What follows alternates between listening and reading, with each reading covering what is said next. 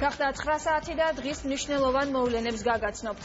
ზავსაშიშროების გამო ლარისის საბაჟო გამშვები პუნქტი ჩაიკეტა. რა მდგომარეობა ამ წუთებში ინფორმაციას ინფრასტრუქტურის სამინისტროს საავტომობილო გზების დეპარტამენტის თავმჯდომარის მოადგილე ნუგზარ გასვიანი მოგვაწვდის, რომელიც ახლა სატელეფონო ხაზია. ბატონო ნუგზარ, მოგესალმებით, თუ გესმით ჩვენი. გამარჯობათ, მოგესალმებით. ბატონო ნუგზარ, რა მდგომარეობა ამ წუთებში გადაკეტილია თუ არა ისევ ლარისის საბაჟო გამშვები პუნქტი? როგორც ეს ბოლო დღეები იყო შეზღუდული გუდაური ყობის საავტომობილო გზის მონაკვეთზე ზავსაშიშროების გამო, დღეს დილის 7 საათზე გარაგვის ეროვნული სააგენტოს მიერ აღნიშნული რეჟიმი იქნა მოხსნილი და შესაბამისად რეგიონული განვითარებისა და ინფრასტრუქტურის სამინისტროს საავტომობილო გზების დეპარტამენტი დაუყოვნებლივ შეუდგა გაწმენდით სამუშაოებს. ამჟამად მიმდინარეობს გაწმენდითი სამუშაოები გუდაური ყობის მონაკვეთზე.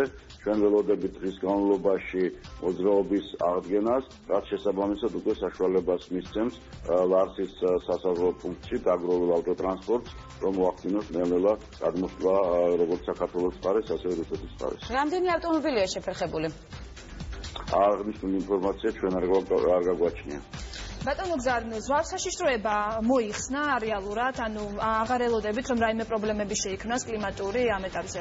დღეს დილის 7 საათის მდგომარეობით აღნიშნული რეჟიმი იყო მოხსნილი და თუ რამე კლიმატური პირობები იქნება გაუარესებული, შესაბამისად უკვე გარემოს ეროვნული სააგენტოს მიერ არის ეს საკითხი კონტროლზე და მხოლოდ მას შემდეგ იქნება მიღებული ზავსაშიშროება, თუ კი გარემოს ეროვნული სააგენტო დააწესებს აღნიშნული. და ბატონო ნუგზარ, რომელი საათისთვის უნდა ელოდონ იქ მყოფი ადამიანები გზის გახსნას, დაახლოებით რამდენ ხანში დასრულდება ეს სამუშაოები გზის დაწმენდის? ამ წუთას მთელი ტექნიკა არის შესული იმ მონაკვეთში, გუდაური ყობის მონაკვეთში.